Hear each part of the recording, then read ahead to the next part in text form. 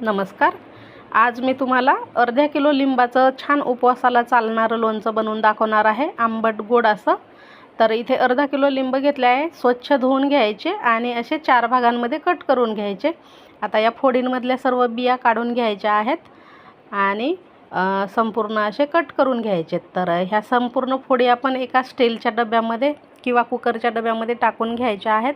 आता कढईमध्ये पाणी टाकायचं, त्यामध्ये स्टँड ठेवायचं आणि त्यावरती हा डब्बा ठेवून ह्या फोडी आपल्याला एक मऊ होईपर्यंत शिजवून घ्यायच्या आहेत. ह्या तुम्ही कुकरमध्ये शिजवू शकता, पण मी इथे कढईमध्ये शिजवून घेतल्या आहेत. आता दुसऱ्या एका भांड्यामध्ये ह्या अर्ध्या फोडी टाकायच्या आहेत ह्या शिजवलेल्या, आणि त्यामध्ये साखर आणि गूळ टाकायचा आहे. तर इथे अर्धा किलोला आपण अर्धा किलोच साखर आणि गूळ घेतला आहे, म्हणजे पाव किलो गूळ आणि पाव किलो साखर घेतला आहे. तुम्ही कमी जास्त घेऊ शकता.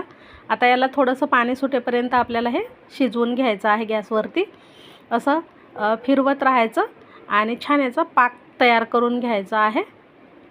आता याचा पाक तयार झाला आहे, तुम्ही इथे पाहू शकता. आता ह्या राहिलेल्या फोडी ज्या आहेत त्या टाकायच्या, त्यासुद्धा 1-2 मिनटं शिजवून घ्यायच्या आहे. फार शिजवायचं नाही, खूप जास्त शिजवलं तर हे खूप घट्ट होईल बघा. त्यामुळे हलकासा पाकाला एक तार यायला लागला की गॅस बंद करायचा आहे. आणि यामध्ये लाल मिरची टाकायची आहे, चवीनुसार मीठ टाकायचं.